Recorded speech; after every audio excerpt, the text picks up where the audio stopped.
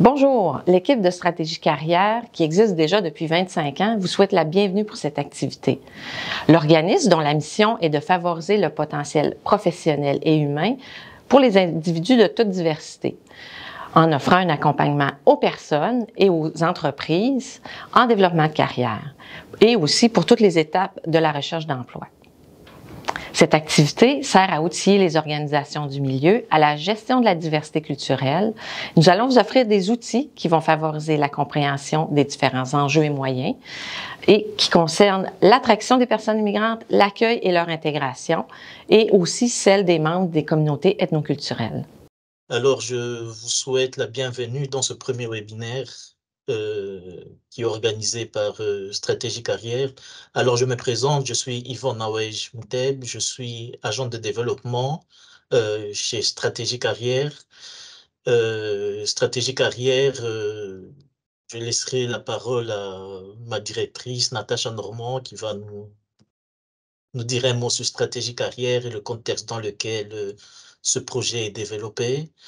Alors moi, après je prendrai la parole, je présenterai le webinaire du jour, le webinaire sur les enjeux et les bénéfices d'une meilleure gestion de la diversité culturelle dans les organisations. Et voilà, je vous souhaite encore la bienvenue pour ceux qui sont là. On est 29, il y avait plus d'inscrits que ça. Je crois que les gens vont prendre le temps de nous rejoindre. Alors, Natacha Normand, bonjour. Merci Bonjour d'être tout le là. monde. Oui. Dans le fond, l'équipe de Stratégie Carrière vous souhaite la bienvenue pour ce premier webinaire. Donc, soyez un petit peu indulgents, on va s'ajuster au fur et à mesure. Stratégie Carrière, qui fête ses 25 ans cette année, s'est donné comme mission de valoriser le potentiel humain des individus de toute diversité en offrant un accompagnement aux personnes comme aux entreprises dans leur étape de recherche d'emploi. On a déposé un projet dans le cadre du PAC. Il y a plusieurs activités que Yvon pourra vous parler davantage. Fait que c'est dans le cadre du PAC financé par le MIFI qu'on débute les activités cette année avec ce premier webinaire, en souhaitant que ça va répondre à vos besoins. Puis on est toujours ouvert à vos suggestions s'il y a des thèmes là, sur lesquels vous voulez qu'on se penche davantage là, c'est un projet sur 3 ans, là, donc on est ouvert. Si vous avez des enjeux que vous voulez qu'on creuse plus dans des webinaires, n'hésitez pas là, dans le sondage qu'on va vous envoyer de mettre les thèmes qui vous intéressent particulièrement. Alors, bonne activité. Merci beaucoup, Natacha. Alors, je profite aussi pour présenter Mademoiselle Salima Tassila, qui est notre stagiaire en communication sociale. Elle va gérer les chats dans le clavardage. Donc, si vous avez des questions, n'hésitez pas à nous écrire. Il y aura une partie de questions et réponses à la fin, donc on pourra y revenir et répondre. Donc, alors, pour commencer, je veux vous partager mon écran. Je vous ai préparé quelque chose.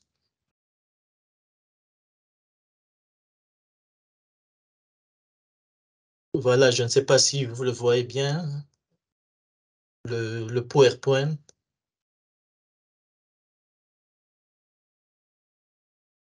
Alors, Faudrait peut-être juste le mettre plein écran.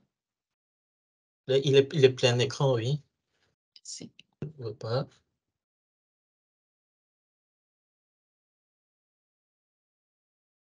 Je vais essayer. Ça va comme ça, il est bien ajusté? Parfait. Parfait, comme ça, OK. Alors, comme je vous ai dit, le titre du premier webinaire, ce sont les enjeux et défis d'une meilleure gestion de la diversité culturelle dans les organisations. Alors, comme plan de l'activité d'aujourd'hui, on est en 4 points. D'abord, l'introduction. Dans l'introduction, nous parlerons de la diversité culturelle. C'est quoi? C'est très important de le savoir. Quels sont les objectifs de la gestion de la diversité culturelle? À qui s'adresse-t-elle, en fait, la diversité culturelle? Donc, ce premier webinaire. Et puis, nous allons entrer dans le vif du sujet, dans le point 2, avec les enjeux et les défis d'une meilleure gestion de la diversité culturelle dans les organisations. Nous verrons donc les enjeux des organisations face à la diversité culturelle. la diversité et le bénéfice de marché, le cas des entreprises, nous prendrons spécifiquement le cas des entreprises, et puis vous n'irez pas les mains vides, on a préparé quelques outils pour vous. Il y aura ensuite la période de questions et d'échanges, et puis nous allons conclure. Alors, si cela vous convient, on va débuter avec l'introduction. La diversité culturelle, c'est quoi? Alors, nous avons pris la définition qui nous vient d'Emploi Québec. Chaque fois que je citerai une définition comme ça, vous avez la source à la fin dans la partie outils. Vous pouvez aller voir. Alors, selon Emploi Québec, la diversité culturelle en entreprise, bon, Emploi Québec parle d'entreprise, mais en termes généraux, c'est les organisations. Je l'expliquerai tantôt pourquoi nous on parle d'organisation en général. Alors, ça vise les différences d'ordre culturel et linguistique, mais de même aussi la diversité des valeurs et des coutumes. Elle est définie par des relations et des communications entre des individus de différentes cultures. Elle se manifeste dans la juxtaposition et l'intégration en société de groupes majoritaires et des différents groupes minoritaires. Donc là, on voit qu'il y a plusieurs éléments dans la définition de la diversité culturelle. Vous pouvez donc vous imaginez que, par exemple, quelqu'un qui quitte une autre province du Canada, quelqu'un qui quitte l'Ontario, qui vient travailler au Québec, on ne parle pas la même langue, c'est un anglophone, on est francophone ici, donc on est dans une situation de diversité culturelle. Donc la diversité linguistique fait partie de la diversité culturelle. Il y a un volet qui parle des valeurs et des coutumes. Là, c'est vrai qu'on est un peu plus proche au niveau des valeurs, oui, mais quelqu'un d'autre peut venir de très loin. Il y a de plus en plus des travailleurs qui viennent d'ailleurs pour travailler ici en Mauricie. Alors, pour vous donner un peu le contexte, Natacha a parlé du contexte dans lequel on a développé ce programme, mais moi, par exemple, je suis arrivé à Trois-Rivières il y a 10 ans. Il y a 10 ans, la ville, la région était encore considérée comme homogène. Il n'y avait pas encore beaucoup de diversité. Et avec la pénurie de main-d'œuvre, avec l'ouverture, surtout avec l'université et le cégep, il y a de plus en plus d'immigrants qui arrivent. Alors, il y a un besoin pressant de pouvoir travailler sur la gestion de la diversité dans tous les domaines. Et vous voyez que c'est très important de soulever cette question-là parce que parfois on n'est pas préparé, on n'est pas préparé à accueillir les gens. On a le besoin, oui, mais on n'est pas préparé. Et c'est ça le travail qu'on va faire, le travail de sensibilisation, le travail de préparation. Alors, si on doit avancer la gestion de la diversité culturelle, si je peux dire, elle ne concerne pas seulement les ressources humaines. Elle ne concerne pas seulement les équipes de travail multiculturelles. La gestion de ressources humaines est aussi essentielle comme outil de gestion stratégique d'entreprise. Elle touche aux finances de l'entreprise, à la rentabilité des entreprises. Donc, dans sa globalité, la gestion de la diversité culturelle fait partie intégrante de l'outil de gestion de la politique de l'entreprise, de l'organisation, de l'organisme. Et on va le voir au fil de temps, au fil de nos webinaires, vous allez voir avec les différents sujets qu'on a choisi de développer que ça touche un peu à tous les aspects de l'organisation. Alors, on va avancer au point suivant. Quels sont les objectifs de la gestion de la diversité culturelle? Alors, la diversité culturelle permet de faciliter, au fait, l'agilité et la capacité d'innovation. C'est un avantage compétitif, mais qui demande beaucoup des défis. Alors, l'enjeu ici, ce n'est pas de pouvoir uniformiser la diversité, de ne pas uniformiser la culture des personnes qui viennent travailler ici, qui viennent vivre ici.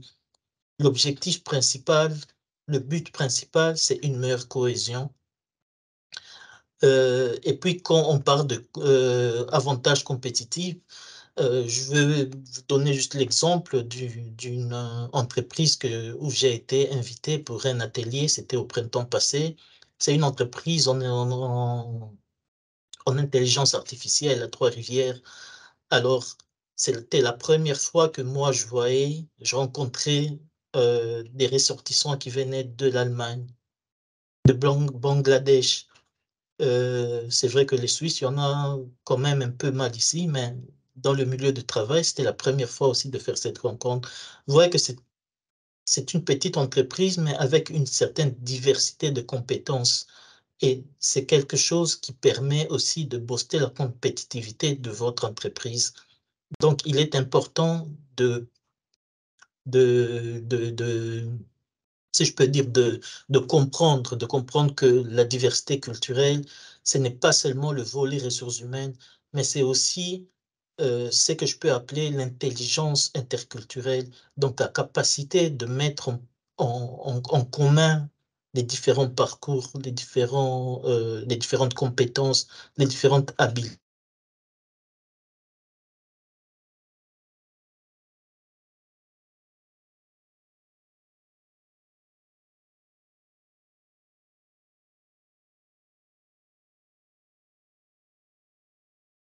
Yvon, on t'entend pas, ça l'a figé. Est-ce qu'il y a d'autres personnes que c'est comme ça ou?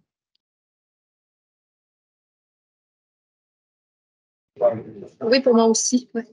Ah, OK. Oui, c'est figé. Ah, OK. Ah, Yvon, tu figes.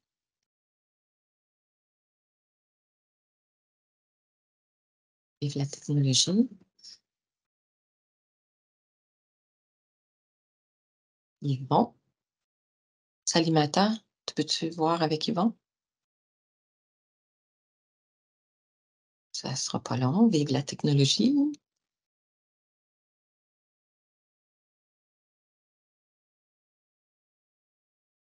Je sais pas pourquoi.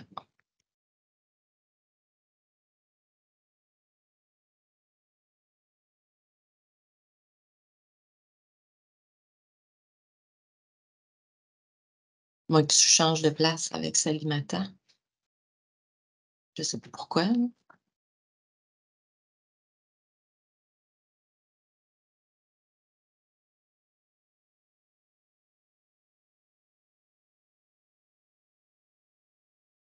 OK, là, ça marche. Ça marche maintenant. Ouais. En tout cas, excusez-nous, il y a un petit problème technique, je crois. On ne sait pas d'où ça vient, ça a coupé subitement. Donc là, je crois que ça marche. Je crois qu'on peut avancer. Ouais. Juste, peut-être la règle pour les mains levées. C'était quoi la règle pour les mains levées? Est-ce que tu... Ah, la main vient de baisser. Est-ce que tu prends les questions au fur et à mesure ou à la fin, Yvon? À la fin, OK. à la fin, oui.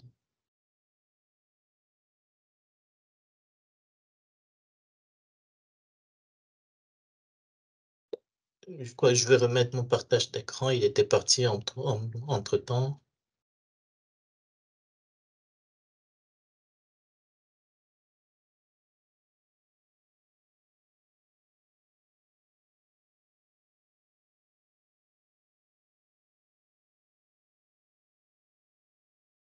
Alors, donc, on était rendu là. À qui s'adresse la gestion de la diversité culturelle dans les organisations? Alors, j'ai eu pas mal de questions sur ce sujet en interrogeant le milieu sur l'importance de la gestion de la diversité. Je sais qu'il y a des gens qui ne comprenaient pas beaucoup à quoi ça servait, si ils étaient concernés. Alors moi, je peux directement répondre à cette question en disant que la gestion de la diversité culturelle intéresse tout le monde, s'adresse à tout le monde. Que vous ayez des employés qui sont d'origine immigrante ou que vous prévoyez de les embaucher, que vous soyez une entreprise un organisme communautaire, que vous soyez un organe de service ou pas, la gestion de la diversité culturelle s'adresse aussi à vous. Que vous soyez un employé immigrant ou pas immigrant, gestionnaire ou direction, le webinaire s'intéresse à tout le monde. Alors, pour répondre à cette question, je prendrai juste l'exemple des résidences pour aînés, parce que j'ai eu beaucoup de questions sur ce point-là. On me dit, mais nous, à quoi ça va nous intéresser ce webinaire, ce programme de gestion de la diversité culturelle? Alors, je vais prendre l'exemple de résidences pour aînés en 3 volets. Vous savez, dans les résidences, de plus en plus, quand je regarde surtout à Trois-Rivières et même ailleurs, il y a de plus en plus de personnes immigrantes qui travaillent dans les résidences. Surtout la fin de semaine, beaucoup d'étudiants immigrants qui travaillent dans les résidences.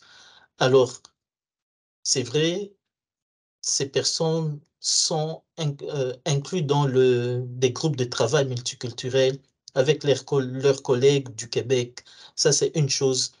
Il faut gérer la main-d'œuvre, il faut gérer ces équipes-là diversifiées. Mais autre chose, c'est que dans les résidences, vous avez des bénéficiaires qui sont des Québécois et des Québécoises, peut-être qui n'ont jamais fait de rencontres interculturelles. Alors, il y a un problème de communication.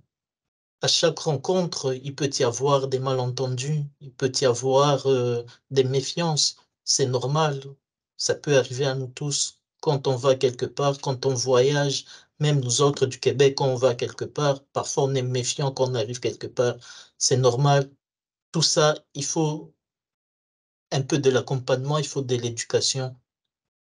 Alors, le troisième volet, c'est que vous savez qu'il y a beaucoup d'immigrants qui sont arrivés, la vague au début des années 60, pour étudier dans les cégeps, les premiers cégeps, les universités, qui ont travaillé ici et qui ont commencé à prendre leur retraite depuis 10, 20 dernières années. Alors, ces personnes-là commencent à intégrer des maisons, des résidences pour personnes âgées. Et ça peut créer aussi des problèmes de compréhension, des problèmes de cohésion, parce que non seulement entre les résidents, mais aussi entre les jeunes travailleurs du Québec qui vont à la rencontre de ces personnes-là. Alors, je vous ai mis sur le PowerPoint 3 ouvrages qui parlent de la situation dans les résidences pour aînés. Et ce sont 3 ouvrages. Les 2 premiers, ça nous vient de Belgique. Et puis, le 3e ouvrage, Résidence Sequoia, ça nous vient de France. Donc, vous pouvez, s'il y a des personnes des représentants des résidences pour aînés, vous pouvez vous enquérir. C'est vraiment des témoignages très, très, très pertinents, très enrichissants.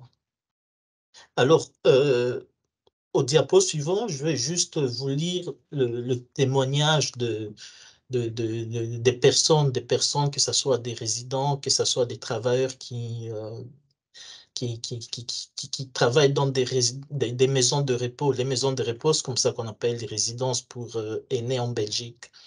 Alors, le premier témoignage, c'est d'un monsieur, je suppose que c'est un monsieur qui parlait de sa femme qui était résidente. Alors, il dit, ma femme a travaillé en maison de repos. Une femme blanche lui disait, ne me touche pas. Elle ne voulait pas être soignée par une professionnelle noire. Alors, quelqu'un d'autre disait, ma mère a découvert les Noirs en maison de repos. Elle m'a dit, tu sais, elle me respecte comme on respectait les vieux quand moi j'étais petite. Alors, l'autre témoignage, c'est que le personnel soit reconnu pour sa richesse de culture. Les résidents disent que les Africains font du bon travail. Elles s'occupent mieux que les Belges des personnes âgées. Le personnel soignant d'origine étrangère fait du travail social qui est apprécié. Comment valoriser ce travail, tout ce sens de la famille, tout ce sens de la personne âgée? Alors, dans la dernière phrase, c'est une perspective qui dit, on se pose la question de savoir, en fait, c'est des personnes qui ont témoigné si les personnes immigrantes qui travaillent dans les résidences pour personnes âgées, donc les maisons de repos, si cette attitude-là d'ouverture, de bienveillance vers les résidents, est-ce que ça vient du fait que leurs propres parents sont dans ces maisons de repos, donc dans ces résidences? C'est une question que vous pouvez voir la suite dans les ouvrages dont je vous ai présenté. Alors, on va avancer au point 2 avec les enjeux des organisations face à la diversité culturelle. Vous savez, la diversité culturelle, on est encore à un stade embryonnaire des connaissances. Il y a encore beaucoup à dire. Il n'y a pas encore de modèle type comme tel de gestion de la diversité. Alors, nous, Natacha Normand et moi, on a beaucoup travaillé là-dessus. On a essayé de faire une synthèse. C'est un peu une synthèse de connaissances sur des éléments essentiels à vous fournir sur la gestion de la diversité. Alors, on a arrêté 3 enjeux. D'abord, la dimension sociale et affective, la dimension professionnelle et puis la dimension éthique. Alors, on va voir à quoi ça sert, les 3 dimensions. D'abord, la dimension sociale et affective, vous savez que, comme je l'ai signalé, de plus en plus, on s'ouvre à la diversité ici en région, en Mauricie particulièrement, avec la pénurie de la main-d'œuvre, des étudiants qui nous arrivent. Il y a ces personnes-là qui arrivent quand elles posent leur bagage à l'aéroport. Ce n'est pas le point de départ, ce sont des personnes qui viennent de quelque part. Ça, c'est juste la période migratoire. Il y a une période pré-migratoire. Ces personnes viennent avec leur bagage culturel. Ce sont des personnes qui ont traversé peut-être des situations avant de venir ici, qui ont laissé tomber leur travail, qui ont laissé tomber leur famille pour venir avec un projet ici, peut-être de gré ou de force, mais ce sont des personnes qui viennent de quelque part. Alors, ce sont des personnes qui peuvent manifester des émotions et des sentiments. Il y a une étude qui a été faite au niveau national, au niveau du Québec, sur l'aspect socio-affectif des travailleurs immigrants, en fait, en comparaison avec des travailleurs d'ici, des travailleurs canadiens. Et ça montre que les travailleurs issus de l'immigration sont plus affectés, sont plus à même, ils manifestent un niveau élevé de détresse par rapport aux natifs.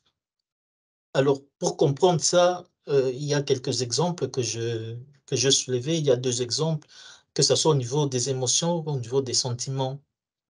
Au niveau des émotions, il faut comprendre, comme je l'ai dit, l'immigration est complexe. C'est complexe, il faut voir les statuts migratoires, il faut voir les contextes d'arrivée ici. J'ai travaillé moi-même, je ne l'ai peut-être pas souligné au début. Quand je suis arrivé, je n'ai pas commencé dans un bureau comme ça. J'ai travaillé, j'ai enchaîné plusieurs travails dans des entreprises, dans des usines, dans des résidences pour personnes âgées. Alors, j'ai rencontré beaucoup de gens, beaucoup de parcours. Imaginez-vous, par exemple, une femme qui vous dit qu'elle vient de la République démocratique du Congo et qu'elle a traversé 17 pays avant d'arriver au Canada. C'est 17 pays. 17 pays, ça laisse quand même des traces. On arrive avec tout ce bagage-là et 17 pays, et là, son mari est décédé sur le chemin de l'immigration. Ça laisse des traces. Ces personnes-là, quand elles arrivent ici, quand elles arrivent dans votre milieu de travail, pour les intégrer, il faut comprendre la singularité de chaque parcours. Et ça affecte les émotions parfois. Vous savez, dans une équipe de travail, dans une entreprise, juste l'humour, c'est quelque chose de culturel, les discussions. Vous pouvez vous en douter que parfois, il y a des choses à dire, des choses à ne pas dire. Il faut donc comprendre la singularité du parcours migratoire de chacun. Alors, autre chose, c'est plutôt au plan des sentiments, les sentiments d'appartenance. Quand vous avez des personnes qui travaillent au sein de votre organisation, ce sont des personnes qui ont besoin de reconnaissance dans l'avancement, dans la hiérarchie, de reconnaissance dans le travail qu'ils font. Donc, ces deux volets-là sont vraiment très importants pour pouvoir comprendre la manière d'intégrer nos immigrants dans des équipes de travail. Alors, j'ai préparé pour vous une petite vidéo, c'est vite fait. Vous allez voir des témoignages de personnes qui sont arrivées, de leurs sentiments, c'est que elles ressentent en arrivant ici et comment elles sont reçues, comment elles sont intégrées dans le milieu de travail. C'est une petite vidéo. Je ne vais pas la commencer dès le début. Je vais couper les présentations avant pour qu'on aille un peu plus vite. Mhm.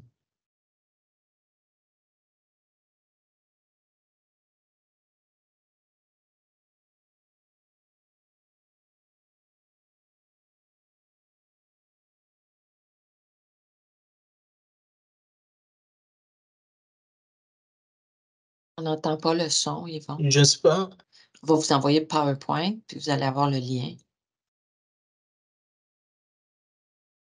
Ah, ça ne fonctionne pas, Yvon.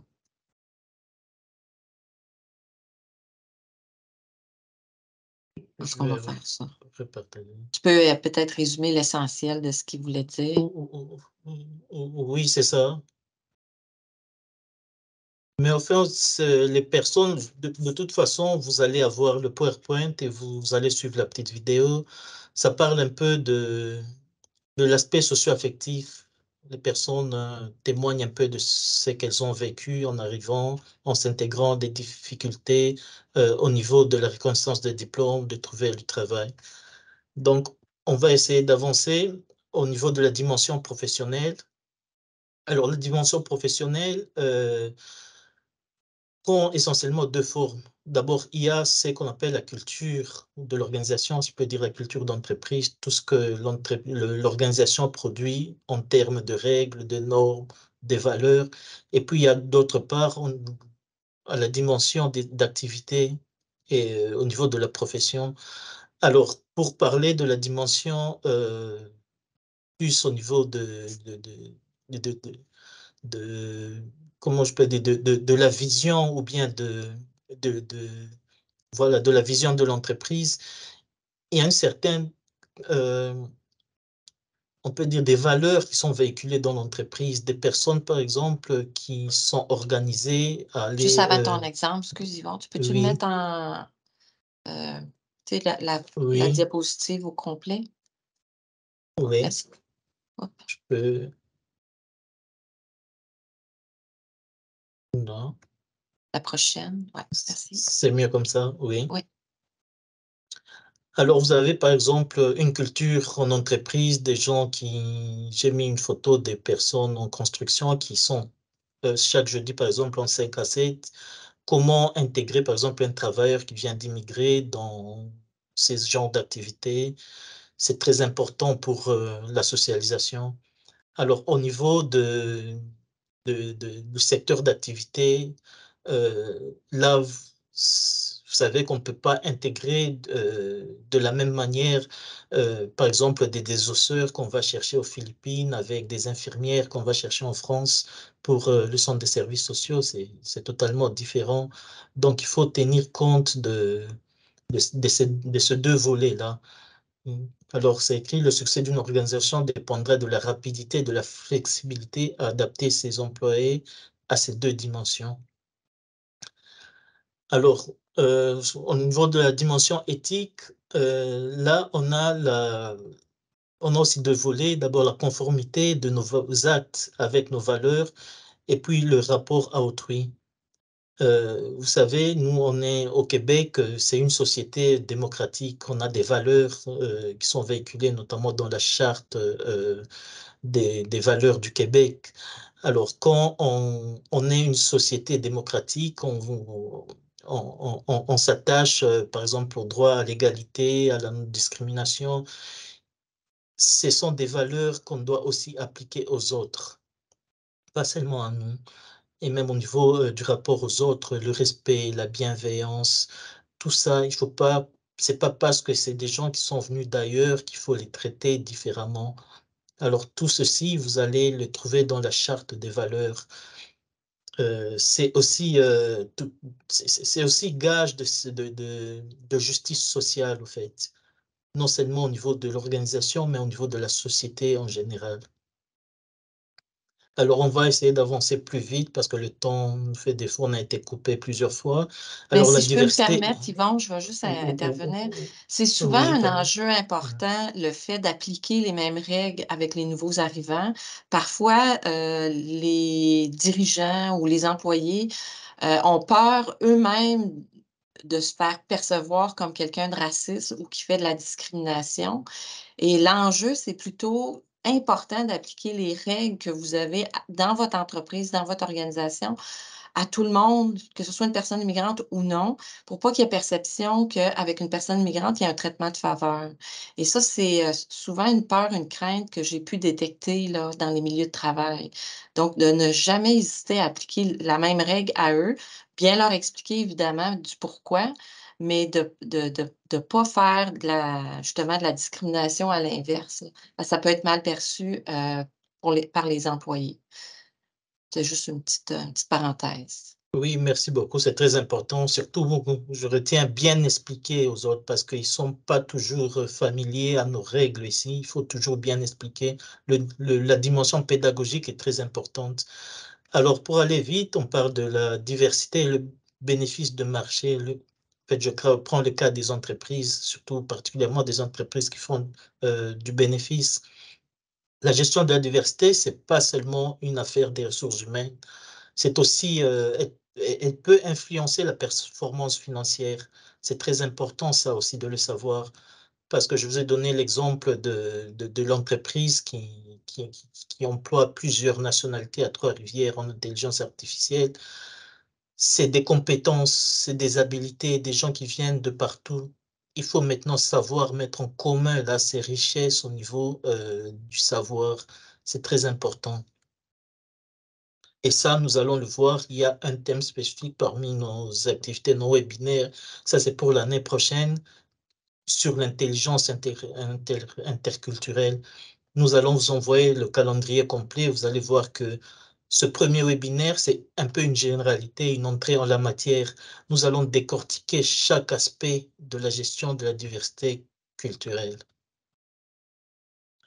Alors, la diversité culturelle, comme je l'ai dit, on peut prendre l'exemple au niveau de la problématique des reconnaissances des diplômes. Vous avez des personnes qui ont des compétences, qui ont des habilités. Il ne faut pas toujours qu'on soit freiné, qu'on soit stoppé, il ne faut pas que ça soit un frein à pouvoir intégrer ces gens-là dans vos organisations. C'est peut-être une richesse, c'est vrai, mais parfois le niveau administratif, ça suit tout doucement.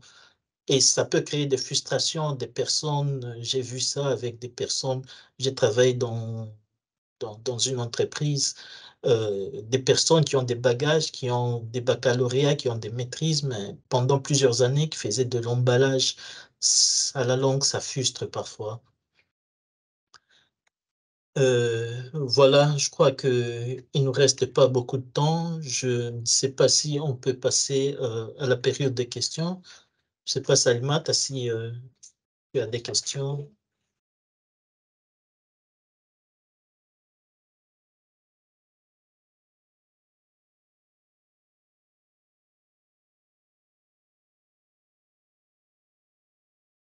Si vous avez des questions, vous pouvez ouvrir votre micro, comme ça on peut y répondre.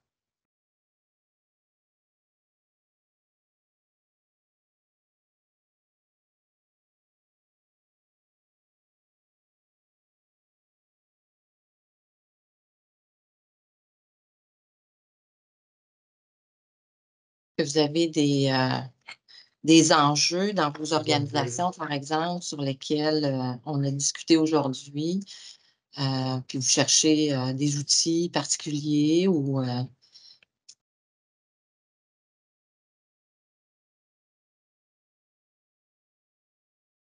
Et tout ça, c'était clair pour vous? OK. Ah, il y a Oui. une question. Anthony. Il y a une main levée. C'est Marie-Josée. Bonjour, vous m'entendez? Oui, on vous entend très OK, bien, oui. parfait. Dans le fond, pour des emplois saisonniers, comme, la période de temps est plus, courte, tu sais, l'intégration puis tout ça, la formation qu'on donne, comment qu'on peut l'adapter pour pouvoir, mieux répondre à leurs besoins et tout ça? À travers les autres aussi qui sont, dans le fond, donc je prends le dossier des patinoires extérieures, ben, on a cet enjeu-là à chaque année qu'il y a beaucoup d'étudiants et tout ça.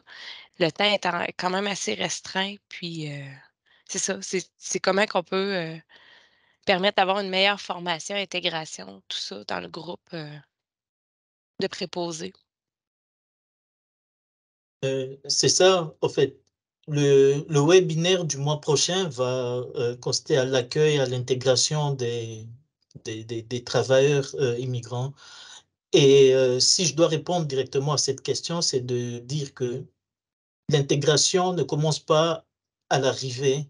L'intégration peut consister aussi, en fait, la gestion de la diversité au niveau même du recrutement. Donc, c'est toujours un enjeu. Qui recruter, comment l'accueillir? Parce que le travailleur saisonnier qui arrive, s'il n'est pas bien accueilli dans votre entreprise, peut-être la saison prochaine ne reviendra pas. Donc, le premier pas à faire, c'est d'abord, vous, en tant que employeur, comment on peut vous accompagner à recevoir ces personnes-là avant qu'ils arrivent chez vous. Je ne sais pas si Natacha a quelque chose à ajouter à ce point-là. C'est sûr qu'une des premières choses, c'est de connaître leurs besoins, donc d'être à l'affût, d'écouter c'est quoi leurs besoins. Comme ça, vous allez pouvoir rapidement intervenir puis former, en lien avec, leurs besoins. D'avoir quelque chose écrit si l'enjeu de la langue est pas, c'est que la langue ne soit pas un enjeu. Déjà de formuler quelque chose d'écrit, puis, de s'assurer que ce que vous remettez est bien compris par eux parce que souvent, moi, exemple, dans mon organisation, les gens me disent: «Ah, j'ai envoyé un courriel». Oui, mais est-ce que tu t'es assuré qu'il a bien intégré, puis de faire des suivis?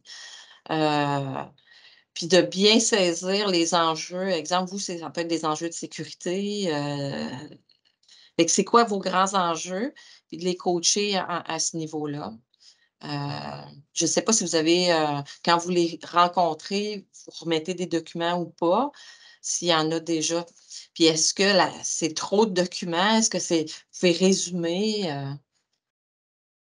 Effectivement, on remet, des choses, mais tu sais, le suivi puis, tu sais, de vraiment cibler nos grands enjeux, ça va pouvoir, la Ça peut tâche. être un Puis, exemple, moi, j'ai envoyé un mémo de 4. Ah, excuse, ça l'a coupé. ça l'a coupé, moi aussi. Ça l'a coupé, de mon côté, je suis désolée. Là, on vous entend de... ça va, oui. Natacha, tu Dans disais? le Oui, Non, je vais vous laisser parler, c'est ok, Marie-Josée. oui. dans le fond, on a beaucoup d'informations, mais de cibler vraiment nos grands enjeux qu'on a par rapport à la sécurité, puis faire les suivis par rapport à ça. Ça va Mm. sûrement aider. Puis au niveau des formations du départ ou des entrevues, ça va être, peut-être de mieux, voir si la compréhension est là aussi, puis peut-être avoir des supports, visuels ou, des documents là, pour Puis que ça un soit plus mentor. facile. Quand vous avez un mentor, ou un parrain, il y en a qui appellent ça parrain, Mm. ça peut être plus facile aussi de suivre, s'ils ont bien intégré l'information, de pouvoir évaluer leurs besoins. Fait que s'il y a quelqu'un d'attitré, Mm. chez qui il peut, se tourner, parce que les Mm. patinoires, tu es souvent tout seul, tu peux être souvent tout seul à faire ton travail le soir tard ou le matin tôt. Fait Mm. que de s'assurer qu'il y a un lien, Mm. tout le temps Ah, avec qui peut, interagir. oui, si je peux ajouter là-dessus, parce que le programme, comme il a été conçu, c'est pour vous fournir des outils, c'est vrai. Mais le premier outil que nous, on a, c'est un questionnaire d'auto-évaluation. Je crois que pour connaître C'est un peu comme le diagnostic pour votre organisation, pour vos activités. Pour connaître des zones d'ombre, des zones d'amélioration, il est essentiel de commencer par là. Et c'est un questionnaire qu'on a commencé à passer. Donc, je vous appelle à vous tous de me contacter, même déjà dès cet après-midi. Ça vous prend 10 minutes pour remplir ces questionnaires d'auto-évaluation. On peut le faire ensemble, en ligne. Je peux me déplacer, vous pouvez le faire seul. C'est très important pour nous permettre, nous, d'identifier vos zones d'amélioration et quels outils spécifiquement qu'on doit vous fournir. Voilà. Je ne sais pas s'il y a d'autres questions.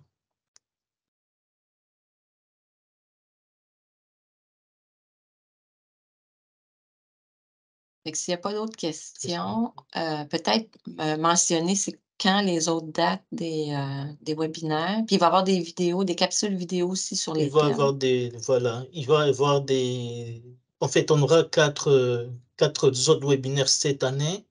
Un webinaire au mois le 26 octobre, donc vous pouvez déjà retenir la date. De toute façon, on va vous envoyer tous les documents, la programmation, on va vous envoyer l'outil d'auto-évaluation, c'est tellement important. Et puis avec ça, on va vous fournir des outils par rapport à vos besoins. Et ça, au moins à partir de maintenant, au moins chaque mois, il y aura un webinaire et une vidéo, des capsules vidéo. Ça va être très pratico-pratique. On va interroger le milieu, on va interroger les personnes immigrantes sur la communication interculturelle, sur la gestion de la diversité en entreprise, dans les organisations, sur les compétences interculturelles des gestionnaires. Donc, c'est un travail qui va se faire sur les 3 ans, mais pour cette année, vous aurez déjà le calendrier. Donc, pour ce premier webinaire, comme on vous a dit, c'est une sorte de généralité, l'entrée en la matière. Nous allons vous envoyer ce PowerPoint. Vous allez voir qu'il y a déjà des outils qui vont vous servir déjà à comprendre le contexte général. Et puis après, nous allons vous envoyer la programmation pour les 4 autres webinaires de cette année. Donc, c'est quelque chose qui est très important, qui va vous servir au moins chacun par rapport à son besoin de voir quel thème qui l'intéresse, quel outil vous avez besoin pour la gestion de la diversité dans votre organisation. Je ne sais pas si tu as quelque chose à ajouter, Natacha, il est midi. Oui, merci beaucoup pour votre participation. Fait qu'on va s'ajuster là en lien avec vos besoins. Exemple, là, la question c'était précis, mais c'est un besoin qui est là. Fait que si on connaît vos besoins, nous, on peut s'ajuster aussi dans nos webinaires puis dans nos exemples à vous fournir. Fait que quand vous allez répondre au sondage qu'on va vous envoyer, si vous êtes capable d'identifier aussi vos besoins, fait que nous, on peut travailler en amont. Ça va être plus dynamique aussi. Merci. Merci à tous et à très bientôt. On se voit le 26 pour le prochain webinaire. Merci Yvon. Merci à vous, merci Natacha, merci Salimata. Bye bye. Au revoir. Au revoir. Merci, au revoir à tout le monde. Merci d'avoir participé à cette activité et au plaisir de vous revoir afin qu'on puisse partager nos autres outils. Vous pouvez nous contacter à l'adresse suivante. À la prochaine!